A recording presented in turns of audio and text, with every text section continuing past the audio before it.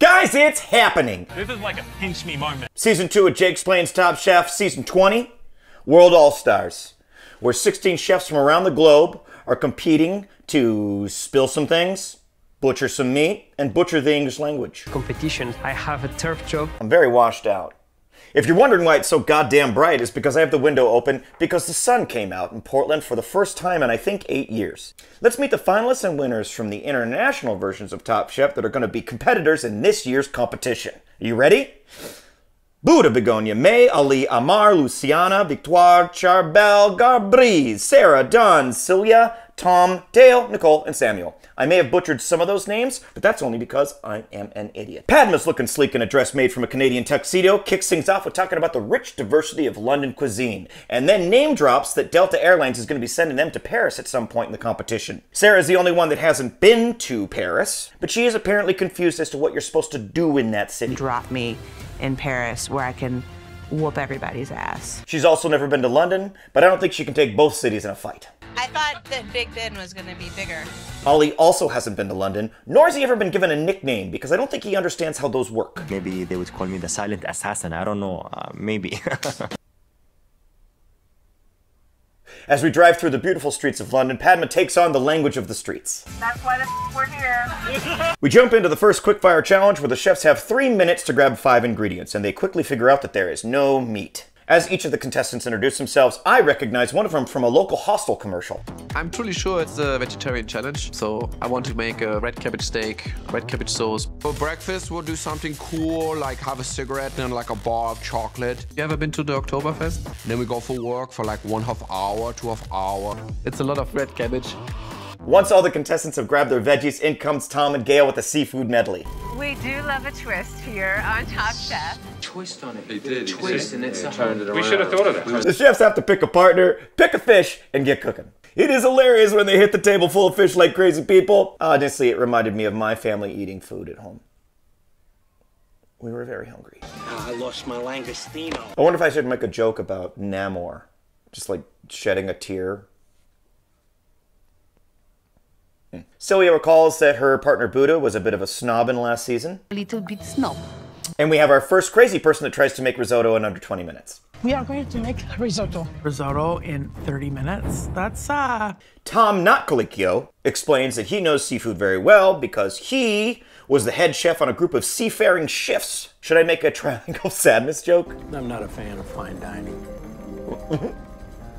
Are you okay? Okay. You know, the fact that it got nominated for an Oscar means that my obscure movie reference is now very popular. So I'm sure that joke is going to be overplayed by the time you watch this. Just note that it was genius at the time that I thought to throw it in here. Time's up. Plating starts. Buddha and Silvio make pan-fried turbot with potato leeks and dill. Amar and Ali make pan-roasted sea bass with kimchi emulsion, roasted eggplant, baba ganoush. Luciana and Gabri make scallop aguachile with raw chayote and a lobster water shot. Begonia and May make pan-seared monkfish wrapped in zucchini and Spanish rice. Samuel and Tom make red cabbage poached salmon with red cabbage puree and cabbage ash and pickled blueberries. Gross. Charbel and Don make grilled mackerel with zucchini and sauce verger. Sarah and Dale make langoustine with seafood broth and gremolata.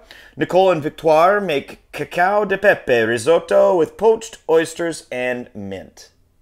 And it looks delicious. Lee al dente. Charbel and Don's mackerel and zucchini was underwhelming, and Samuel and Tom didn't impress with their red cabbage everything. And of course, Nicole and Victoire with their al dente risotto was at the bottom. Dale and Sarah win the immunity with their langoustine. I lost my langostino. By the way, I don't give a shit that there's no frame of reference there. I just love the movie Romancing Stone. Elimination challenge is then announced. The contestants need to make a vegetable forward dish where the protein takes a backseat to the produce. $250. Oh, no, not dollars, pounds. They each get 250 pounds to shop at Whole Foods for their ingredients before they have to cook for the Michelin star chef Angela Hartnett. Two things are apparent. Samuel is at a disadvantage for having never had to shop during this competition. Must be nice. And no one knows whose card is which. Watch out, I don't have a rider side. Oh, this is mine. Oh, sorry. This is my trolley. Oh, yeah. The cooking session looks like a nightmare. It's hot, it's sweaty, everyone's in everyone's way. I know that doesn't sound like all that crazy, but this looked particularly gross and sweaty. People are sliding around. Sweat is a main ingredient in everyone's dish. That and love. We always cook with love, don't we?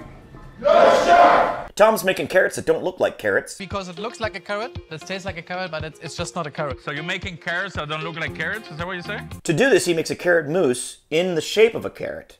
But the kitchen is too hot for the mousse to stick into the shape, so success. Gabri is running around like a wild man. For going crazy in the kitchen, I mean, I'm really, really fast. Perfect. And hopefully, not that messy.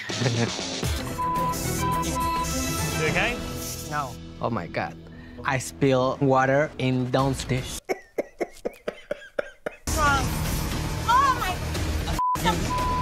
Oh, Dawn. Dawn is pissed. Buddha's face. Oh my God. The judges arrive for a seriously magical place to have dinner. The chefs plate their food and we get started. Sarah makes cover crops in a pot liquor. Sylvia makes beetroot with goat cheese and a kohlrabi sandwich. Amar makes glazed and pickled vegetables with romesco sauce and seared scallops. Tom makes a blistered carrot, carrot chutney, carrot ginger mousse with bone marrow dust. And I believe we have a shot of him putting the dust on. Ali makes pan-seared bass with cauliflower puree with licorice in it. Gross. Charbel, taking a page from Tom's book, made a roasted onion puree with chicken juice and sumac tui. Dale makes roasted and pureed eggplant with stewed peppers and a lamb. Buddha makes eggplant with shrimp and shiitake, and silken tofu with pickled kohlrabi. Begonia makes pumpkin noodles with duxelles. May makes a garden salad, cured English sea bass, and a Thai green emulsion. Samuel makes a tiger prawn carpaccio with a prawn head emulsion. That fish just ate so slimy. I sort of picked it up and, yeah. Oh. there it is, a poo pipe, if that's a professional word for it. He didn't devein the shrimp? I got the same thing. I'm gonna go out on a limb here and say that poop pie is not a great thing to come out of a judge's mouth when you're on Top Chef. I don't know. I never clean my prawns because I love chaos. Dawn has West Indian onion and squash patty with a lobster salad. Gabri makes MEXTLAPIQUE-CHARCOAL vegetables, confit corn, black truffle beans, rainbow chard, and nothing. He forgets his protein. Nicole makes summer bass with garden vegetables and an onion soubise. Victoire makes cassava with coconut butter, confit carrots, scallops, and gazpacho. Luciana makes a cassava 4 different ways with prawns. And then Padma looks like she's trying to kidnap one of the judges for later. You're coming with us. But no more food, promise? The contestants grab a drink and talk about how different the competitions are in other countries. While the top 3 get shuffled off to the judges' tables. Tom and Begonia make incredible dishes, but Charbel and his onion make the top of the judges' list. Samuel, Gabri, and Dawn were at the bottom of the list, and man, they all know why. Samuel, with his slimy poopy pie, had some explaining to do. Gabri's dish just didn't work. His veggies were too charred, and not finding his ingredients initially should have inspired him to pivot. Also, forgetting his protein didn't help. Dawn was quick to throw Gabri under the bus for spilling water all over her dish midway through the competition. Wait, what happened? But the judge's only real complaint was that the dish was more about pastry than vegetables. It was that fact about the theme of the challenge that really made me think they were going to send Gabri home. His vegetables were trash, not really much about his dish worked. But as it turns out, when your vegetable-focused dish is destroyed by a slimy poopy shrimp, you don't get to be Top Chef.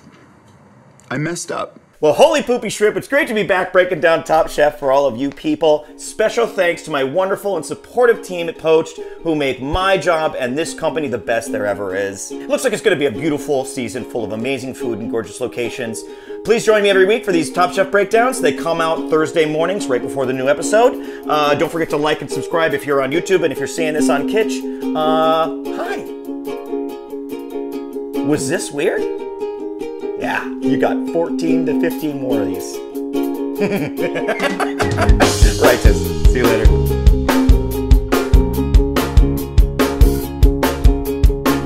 Righteous. 2-3 bottles of red wine and then like a bowl of heavy cream.